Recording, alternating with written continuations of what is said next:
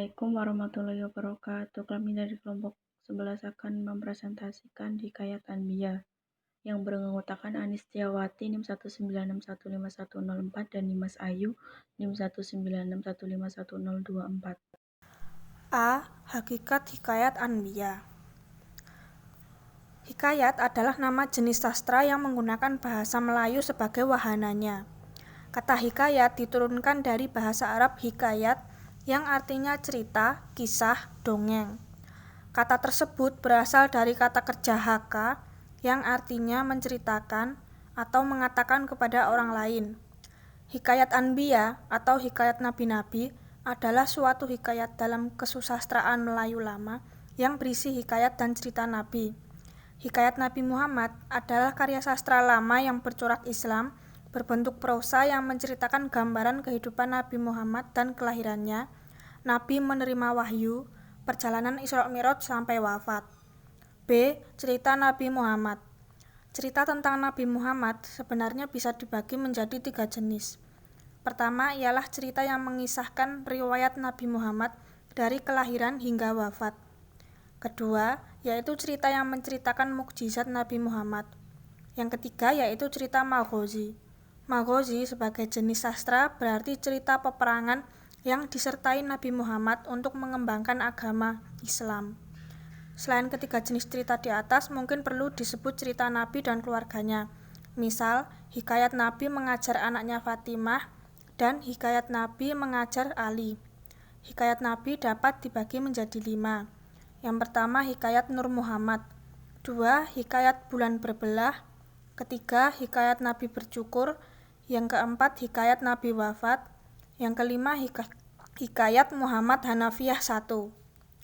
Dalam makalah nanti akan dibahas 3 diantaranya, yaitu hikayat Nur Muhammad, hikayat bulan berbelah, dan hikayat Nabi wafat. Hikayat Nur Muhammad. Hikayat Nur Muhammad juga dikenal sebagai hikayat kejadian Muhammad. Sejak abad ke-9, ahli sufi telah membincangkan Nur Muhammad. Nur Muhammad dianggap sebagai roh Nabi Muhammad yang mula-mula diciptakan oleh Allah, kemudian diwariskan kepada Nabi Adam secara turun-temurun hingga kepada Nabi Muhammad. Hikayat ini juga dinamai Tarikh Mukhtasar dan merupakan terjemahan dari sebuah kitab Parsi yang berjudul Rudatul Ajab.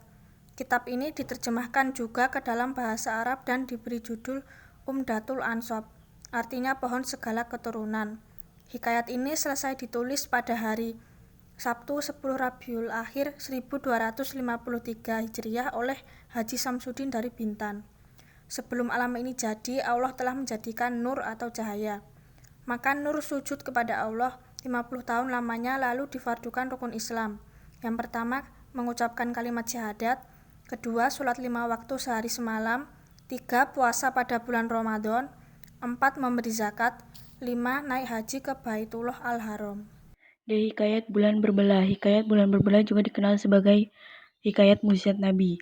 Selain dalam bahasa Melayu, hikayat ini juga terdapat dalam bahasa Bugis dan Makassar. Dalam naskah ini, anak perempuan Raja Habib yang tiada berkaki dan bertangan itu bukan anaknya sendiri seperti dalam naskah-naskah lain. Ia juga tidak segera masuk Islam setelah menyaksikan mukjizat Nabi. Sebaliknya, ia mengarahkan laskarnya untuk menangkap Nabi Muhammad dan Abu Bakar. Bagaimana dengan pertolongan Ali, Nabi dan Abu Bakar dapat melarikan diri. Di tengah pelarian, mereka berjumpa dengan Amir Mahmud yang dikirim oleh Raja Rum untuk menyelidiki kabar tentang mukjizat Nabi. Dengan takdir Allah, air keluar dari sela air jari Nabi Muhammad seperti pancaran air, cukup untuk minum seluruh laskar Rum. Maka percayalah Amir Mahmud.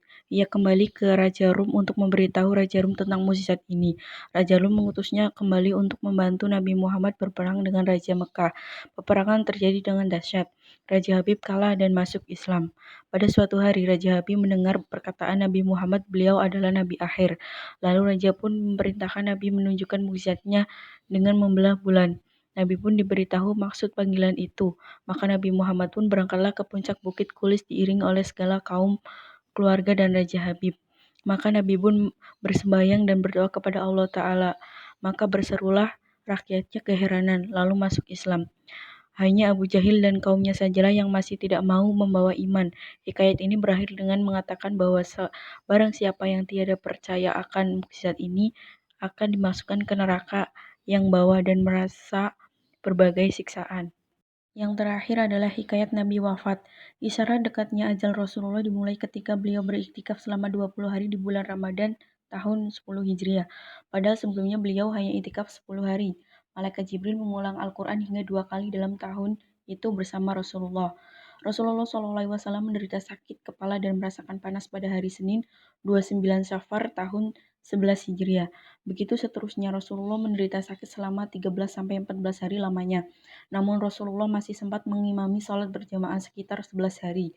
Rasulullah mendapat kabar dirinya akan wafat dari kunjungan Jibril dan malaikat maut.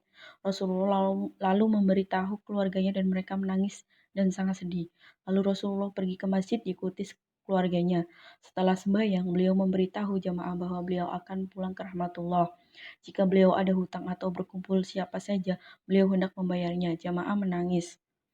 Tak lama setelah Rasulullah sampai di rumah, malaikat maut datang dalam rupa pemuda. Ia berkata bahwa pintu langit dan surga telah terbuka dan bidadari telah menanti kehadiran Rasulullah. Rasulullah menasihati Fatimah agar menjaga suaminya dengan baik dan jangan menyangkal kata-katanya. Kepada para sahabat, Rasulullah meminta supaya senantiasa memberatkan ibadah kepada Allah Ta'ala di dunia dan menjauhi segala maksiat. Maka Rasulullah pun wafat pada hari Senin pagi tanggal 12 Rabiul Awal tahun 11 Hijriah atau 633 Masehi. Beliau wafat pada usia 63 tahun lebih 4 hari. Demikian presentasi yang bisa kami sampaikan. Wassalamualaikum warahmatullahi wabarakatuh.